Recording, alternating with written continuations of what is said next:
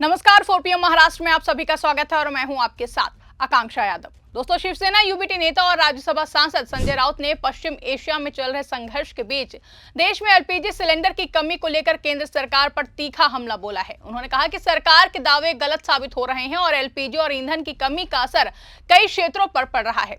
उन्होंने आरोप लगाया कि पश्चिम एशिया में जारी संघर्ष का असर अब भारत के ऊर्जा क्षेत्र पर दिखाई देने लगा है और सरकार पहले दिए गए आश्वासन को गलत साबित कर रही है। राउत ने कहा कि गैस और ईंधन की संभावित कमी से रेस्टोरेंट उद्योग और कई अन्य क्षेत्रों पर असर पड़ रहा है। आपको बता दें कि संजय राउत ने मीडिया से बातचीत में कहा कि देश के कई हिस्सों से एलपीजी सिलेंडर की कमी की खबरें सामने आ रही हैं। उनका आरोप है कि कमर्शियल और घरेलू दोनों तरह के गैस सिलेंडर की सप्लाई प्रभावित हो रही है। उन्होंने दावा किया कि इस वजह से कई शहरों में रेस्टोरेंट और छोटे कारोबारियों को मुश्किलों का सामना करना पड़ रहा है। राउत के अनुसार कुछ स्थानों पर गैस की कमी इतनी बढ़ गई है कि रेस्टोरेंट संचालकों को अस्थायी रूप से अपने कारोबार बंद करने की नौबत आ रही है।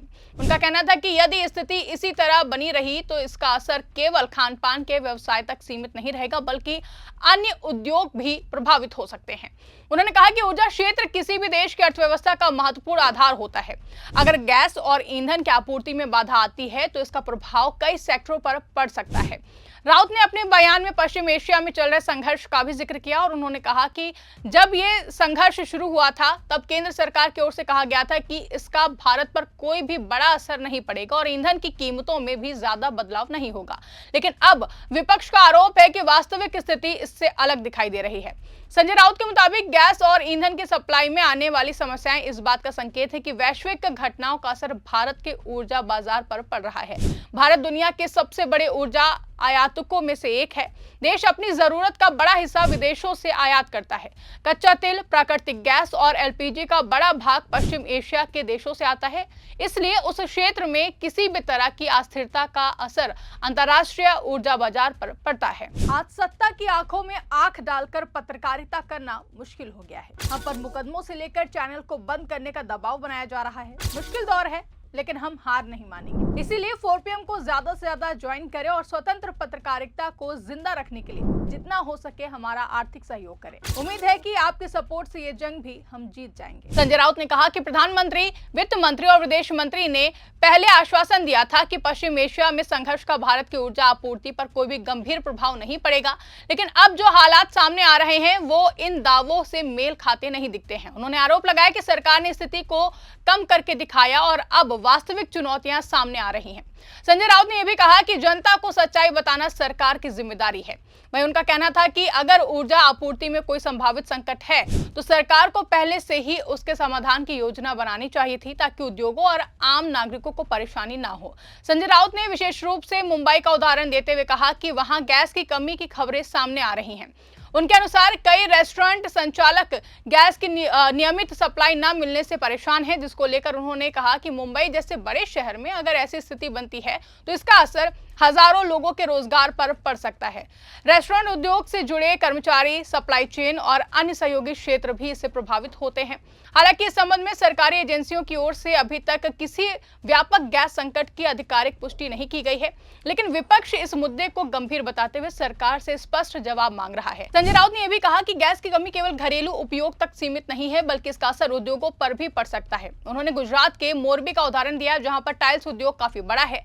मोरबी में सेरेमिक और टाइल्स निर्माण के लिए बड़ी मात्रा में गैस का उपयोग किया जाता है। अगर गैस की आपूर्ति प्रभावित होती है तो उत्पादन भी प्रभावित हो सकता है। आपको बता दें कि अगर उद्योगों को समय पर गैस नहीं मिलेगी तो उत्पादन घट सकता है और इससे रोजगार पर भी असर पड़ सकता है, जिसको लेकर ऊर्जा विशेषज्ञों का कहना है कि भारत के कई उद्योग प्राकृतिक गैस पर निर्भर हैं।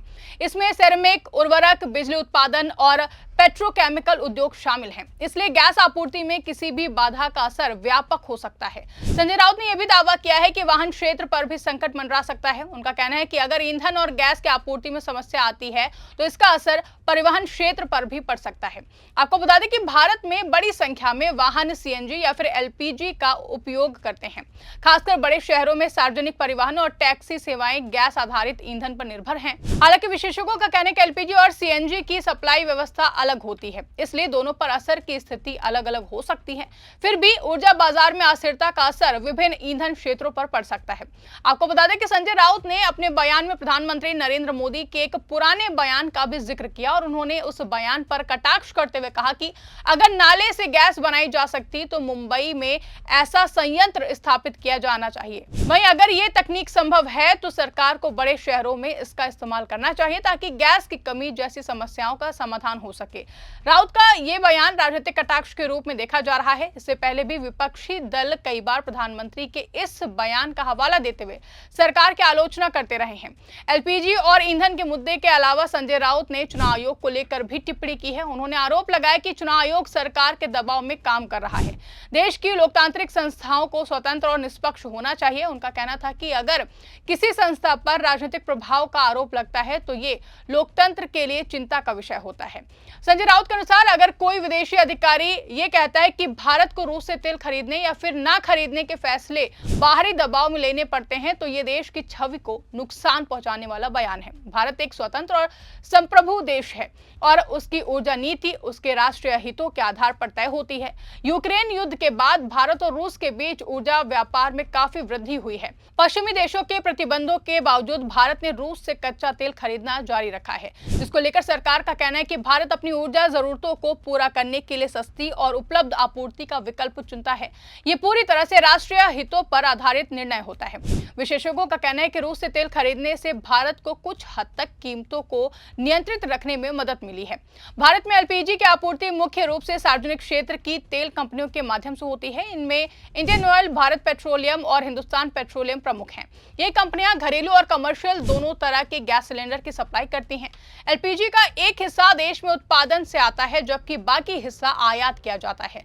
सरकार सब्सिडी के माध्यम से घरेलू गैस सिलेंडर को आम लोगों के लिए सुलभ बनाने की कोशिश करती है।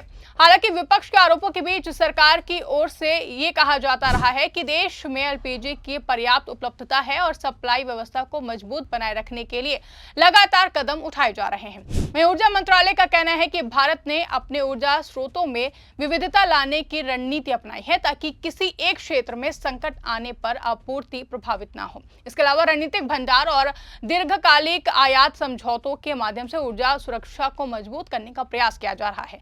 भारत जैसे बड़े और तेजी से विकसित हो रहे देश के लिए ऊर्जा सुरक्षा एक बड़ी चुनौती है। देश की बढ़ती आबादी और औद्योगिक विकास के कारण ऊर्जा की मांग लगातार बढ़ रही है। विशेषज्ञों का मानना है कि भारत को ऊर्जा के पारंपरिक स्रोतों के साथ साथ नवीकरणीय ऊर्जा के क्षेत्र में भी तेजी से आगे बढ़ना होगा। सौर ऊर्जा, पवन ऊर्जा और हरित हाइड्रोजन जैसे विकल्प भविष्य में ऊर्जा सुरक्षा को मजबूत करने में महत्वपूर्ण भूमिका निभा सकते हैं।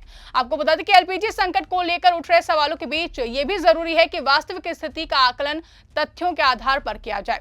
राजनीतिक दल अक्सर ऐसे मुद्दों पर एक दूसरे पर आरोप लगाते हैं, लेकिन ऊर्जा जैसे महत्वपूर्ण विषय पर सटीक जानकारी और पारदर्शिता जरूरी होती है। अगर किसी क्षेत्र में गैस आपूर्ति की समस्या है तो उसके कारणों और समाधान पर ध्यान देना जरूरी है, जिसको लेकर ऊर्जा विशेषज्ञों का कहना है कि वैश्विक बाजार में अस्थिरता के बावजूद भारत ने अब तक अपनी ऊर्जा आपूर्ति को संतुलित रखने की कोशिश की है, लेकिन भविष्य में अगर अंतर्राष्ट्रीय हालात और बिगड़ते हैं तो इसका असर ऊर्जा बाजार पर पड़ सकता है। वहीं ऐसी स्थिति में सरकार को आयात स्रोतों में विविधता, भंडारण क्षमता बढ़ाने और वैकल्पिक ऊर्जा स्रोतों के विकास पर अधिक ध्यान देना होगा। एलपीजी की संभावित कमी को लेकर संजय राउत के बयान ने एक बार फिर ऊर्जा सुरक्षा और आपूर्ति व्यवस्था पर बहस को तेज कर दिया है और उन्होंने पश्चिम एशिया के संघर्ष, गैस आपूर्ति और उद्योगों पर पड़ने वाले संभावित प्रभाव को लेकर केंद्र सरकार की आलोचना की है। हालांकि सरकार का कहना है कि देश में ऊर्जा आपूर्ति को लेकर कोई बड़ा संकट नहीं है और आवश्यक कदम उठाए जा रहे हैं। वहीं इस पूरे मुद्दे पर वास्तविक स्थिति क्या है ये आने वाले समय में स्पष्ट होगा, लेकिन इतना तो तय है कि ऊर्जा सुरक्षा जैसे विषय पर सरकार, उद्योग और नीति विशेषज्ञों के बीच लगातार समन्वय जरूरी है ताकि किसी भी संभावित संकट का प्रभाव कम किया जा सके। वहीं इस खबर पर आपकी क्या राय है कमेंट करके हमें जरूर बताइएगा। फिलहाल के लिए इस खबर में बस इतना ही। ऐसी ही तमाम बड़ी और राजनीतिक खबरों के लिए आप बने रहिए, देखते रहिए 4PM महाराष्ट्र। धन्यवाद।